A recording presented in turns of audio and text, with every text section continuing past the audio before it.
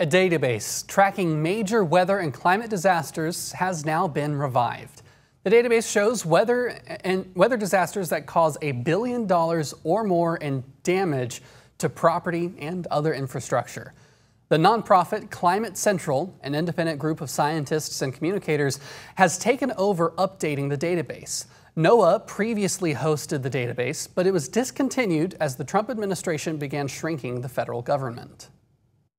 The person behind the database, Adam Smith, who was running the $1 billion database for NOAA, we actually ended up hiring him at Climate Central so that we could continue this work. So it's the exact same methodology that NOAA has applied since the 80s. And yes, things are much more expensive today than they were a couple decades ago, unfortunately. So there is the compensation for inflation. Things are adjusted for inflation so we can fully understand the cost of these events.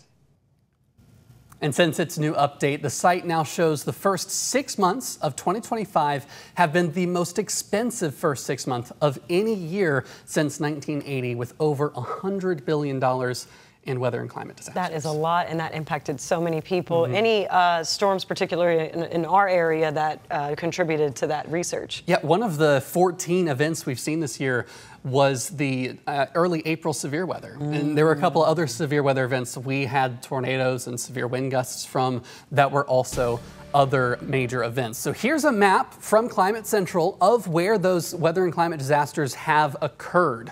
You see the main outlier there way out in California. That was the Palisades wildfire that happened back early in January. It was a major wildfire, and it is among the top 10 most damaging disasters on record. One thing that's missing from this map is any hurricanes. We've been very quiet for hurricanes this year making landfall. While the Atlantic has still been very active, we just had Melissa named yesterday, and that one is expected to be at least a Category 4 within the next several days.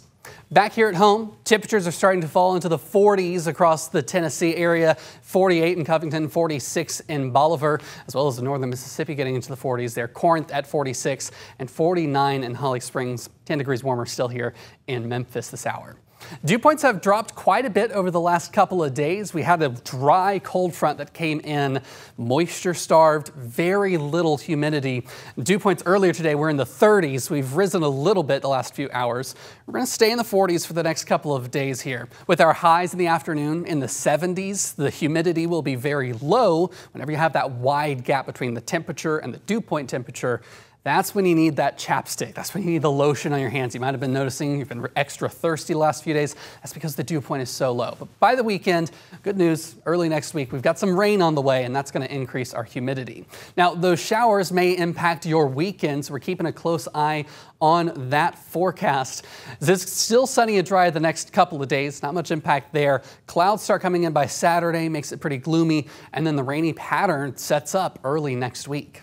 Looking at satellite, very clear skies across the mid-south, but back to our west, we see a few clouds starting to encroach across our area. We've been under high pressure, and we're going to see a southerly flow that's going to warm us up, but it also leads this next low pressure as we get into early Sunday. Look down towards the lower river valley there across the Mississippi Valley.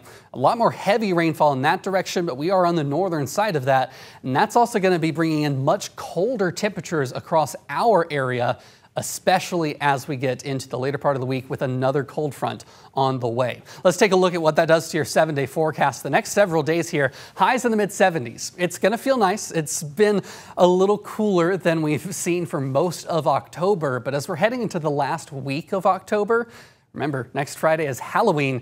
It is going to be a chilly forecast as we're leading up to trick-or-treat time. Temperatures on Sunday ranging from the 50s, staying warm overnight with the clouds, but still staying very chilly with those highs only in the mid-60s for Sunday afternoon. Then Monday, Tuesday, Wednesday, we still have those cool temperatures around the area, and rain chances will continue at least through Tuesday. Hopefully we can dry things out for Halloween. We'll be right back on ABC 24.